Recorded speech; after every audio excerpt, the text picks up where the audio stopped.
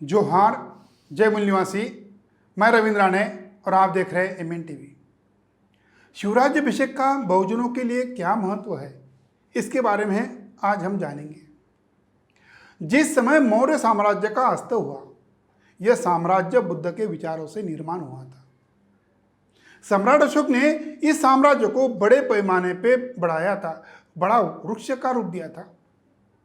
ब्राह्मणी व्यवस्था को ध्वस्त करने के बाद, कई सालों के बाद, सम्राट बृहद्रथ की हत्या करने के बाद वह साम्राज्य खत्म हुआ। यह काम पुष्यमित्र श्रृंग ने किया और पुष्यमित्र श्रृंग ने ब्राह्मणी व्यवस्था फिर से मजबूती प्रदान की, मनुस्मृति का कानून लागू किया। छत्रपति शिवाजी महाराज और मनुस्मृति का क्या संबंध है, यह भी हम जानेंगे। यह शिवाजी महाराज को जब छत्रपति बनना था, उस समय पता चला था बहुजनों का राज स्थापित करने के लिए नए युग की शुरुआत होने वाली थी। जिस प्रकार इस देश में मुगल, आदिल शाह, निजाम, कुतुब शाह, बीरज शाही, इमाम शाही मजबूत बन गई थी, देश में मुगल शासकों का प्रभाव बढ़ रहा था, उसी समय ब्राह्मणी व्यवस्था भी मजबूती से बहुजनों का शोषण करने में पीछे नहीं थी। बहुजनों का दोनों तरफ से बड़े पैमाने पर शोषण हो रहा था। शोषण का वह अंतिम चरण आ गया था। जैसे बड़ी गर्मी के बाद धूप होती है और छमाछम बारिश हो जाती है, उसी प्रकार की सुहानी बारिश का एहसास शिवाजी महाराज के स्वराज में दिखाई दे रहा था। छत्रपति शिवाजी महाराज को एहसास था कि मुझे मेरी रैयत यानी जनता को मुगलों और ब्राह्मणी व्यवस्था से मुक्ति चाहिए। तत्कालीन धर्म व्यवस्था ब्राह्मणों के हाथ में थी, तो मैं राजा कैसे बन सकता हूं, ये शिवाजी महाराज सोच में पड़े थे। छत्रपति शिवाजी महाराज के मनुस्मृति का कानून भली भांति जानते थे। जिस प्रकार मनुस्मृति ब्राह्मणों के अलावा अन्य लोगों को यानी शूद्रातिशूद्रा को राजा बनने का अधिकार नहीं देती है, छत्रपति बनने का अधिकार नहीं देती है, सिंहासन पर बैठने का अधिकार नहीं देती है। जिस दिन छत्रपति बन जाऊंगा, उस समय मुझे स्वराज के शत्रुओं को दंड देने का अधिकार मिल जाएगा। ब्राह्मणों की भी गलती होती है, उन्हें दंड देने का मैं अधिकारी बन जाता हूं। यह छत्रपति शिवाजी महाराज जानते थे। छत्रपति शिवाजी महाराज के समकालीन ब्राह्मण संत रामदास अपने ब्राह्मणी व्यवस्था को मजबूत करने वाले विचारों को प्रचारित कर रहे थे। उनका विचार मनुस्मृति का एक नया वर्जन था।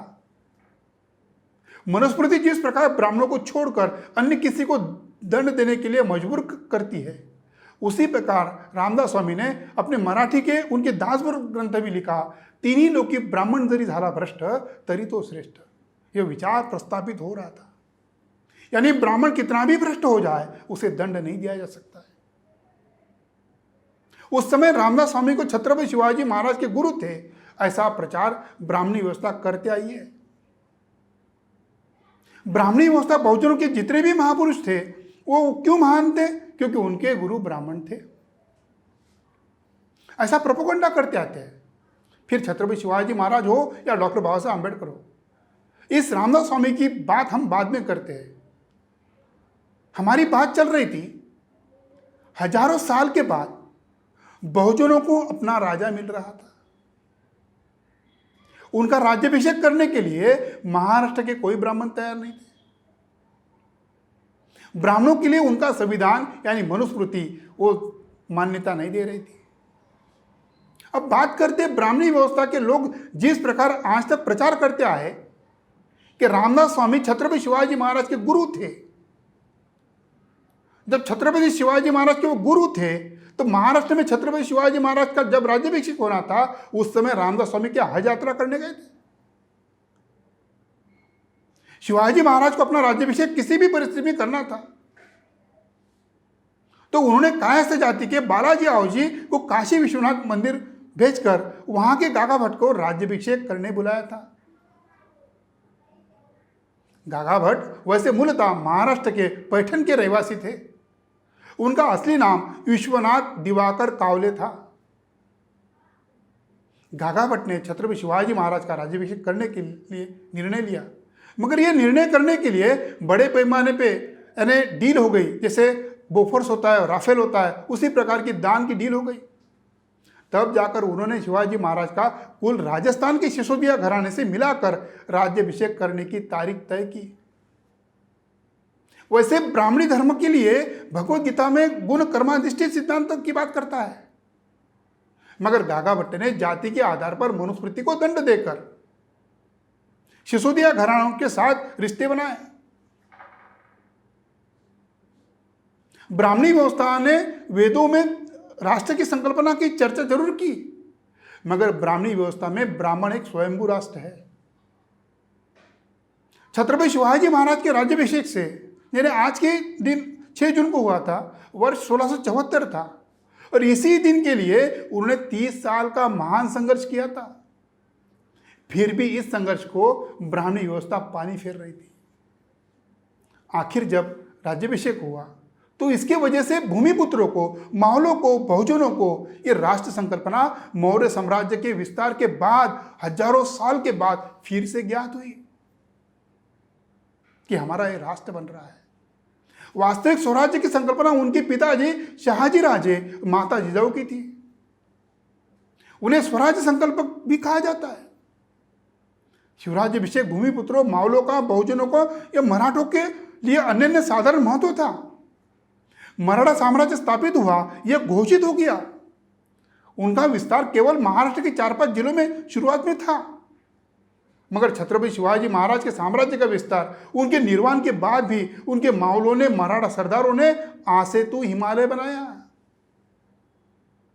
अफगानिस्तान के अटक भूभाग तक उनका विस्तार हुआ था। दक्षिण में तंजावुर तक उसका विस्तार हुआ था।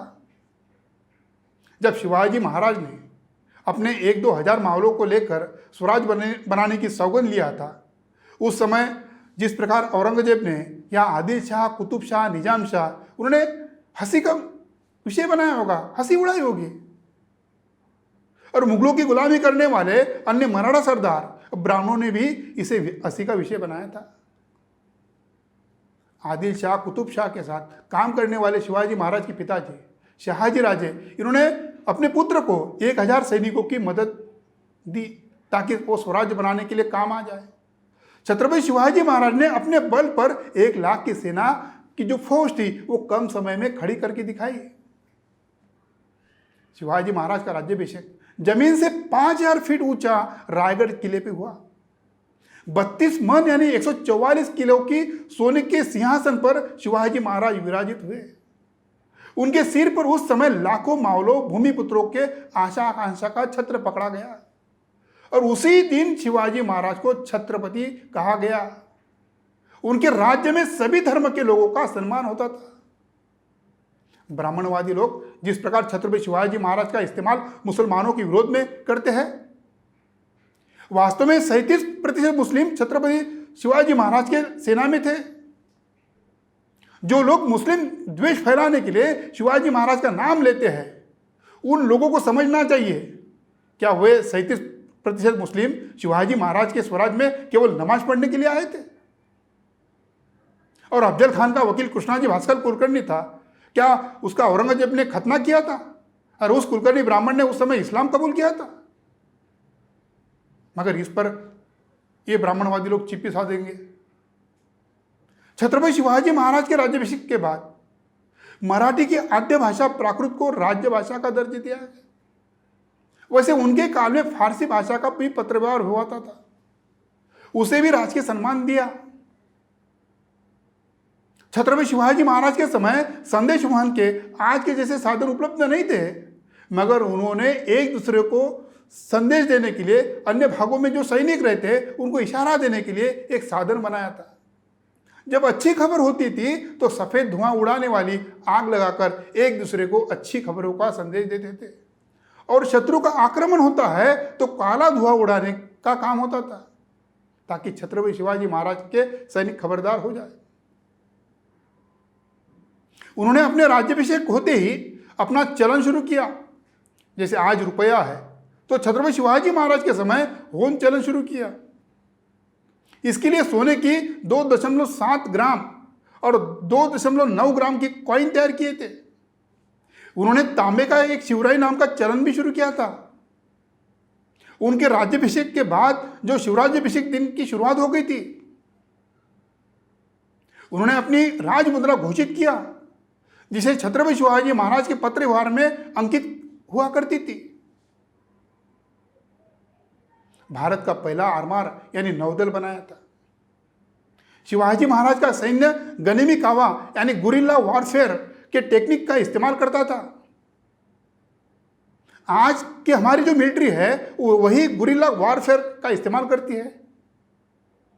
छत्रपति शिवाजी महाराज के बारे में फ्रेंच लेखक एबे कैरन कहता है कि छत्रपति शिवाजी महाराज की बुद्धिमत्ता इतनी श्रेष्ठ थी उसका आकलन नहीं हो सकता है, और कर्तृत्व शक्ति उनकी बुद्धिमत्ता से भी महान थी। बुद्धिमान और कर्तृत्ववान नेताओं का सम्मान होता है, उनके मूर्ख अंध भक्तों को हमेशा लताड़ा जाता है। आज भी छत्रपति शिवाजी महाराज के निर्वाण के 341 साल के बाद चुके, फिर भी उनका नाम लेते ही 33 करोड़ भगवानों की फौज गायब हो जाती है, और विदेशी आक्रमणकारी ब्राह्मणों की और मुगलों के दिल में आज भी धड़कन बढ़ जाती है। आज के शिवराज्यभिषेक दिन पर इतना ही, और मुझे आखिर में यही कहना होगा कि वर्ण धर्म के नाम पर जिन्होंने राज्याभिषेक को नकारा दिया वो आज के ब्राह्मणी व्यवस्था के वहाँ छत्रपति शिवाजी महाराज को हिंदू धर्म रक्षक कहते हैं।